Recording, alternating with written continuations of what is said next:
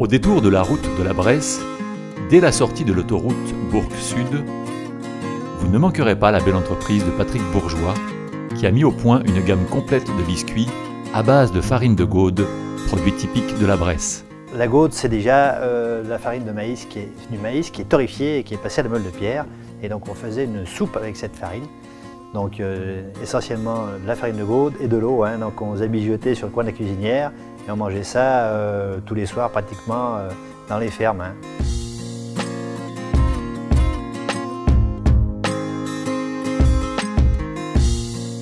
Dans la pâtisserie ou la boulangerie, on n'a rien inventé. Hein. Donc on a repris des recettes de base qu'on a retravaillées au goût du jour, surtout parce que si on faisait que 100% Gaude, ça aurait été peut-être moins apprécié par les gens.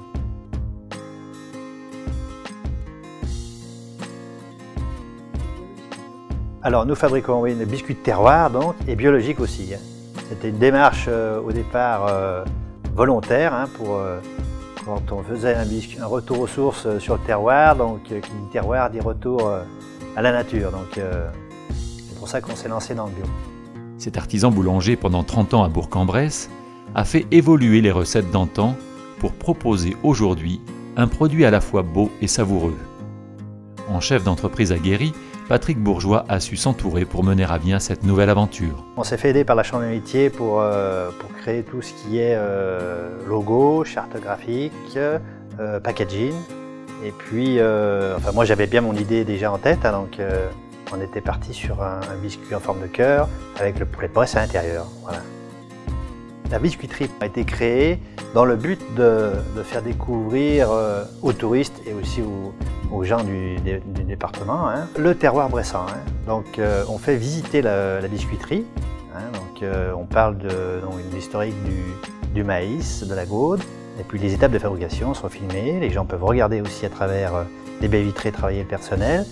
Et puis après, autour de tout ça, on revend des produits de terroir, bien évidemment.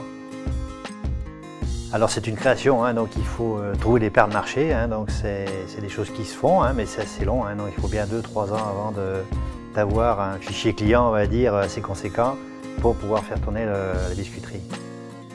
Alors on travaille déjà sur de nouvelles recettes, on a des demandes aussi un peu extérieures de certains biscuits, hein, donc on n'est pas fermé du tout. L'entreprise est vouée à une évolution quand même certaine, hein, donc on devra embaucher du personnel assez rapidement dès que les volumes le permettront. Et surtout avec les nouvelles créations qu'on risque de faire, donc ça peut aller très vite, quoi. Être trophée Artinos, c'est une reconnaissance de la part de mes pairs, hein, on va dire, hein, donc c'est très important pour moi. Oui. J'ai été accompagné, très bien accompagné par la Chambre des métiers. Oui.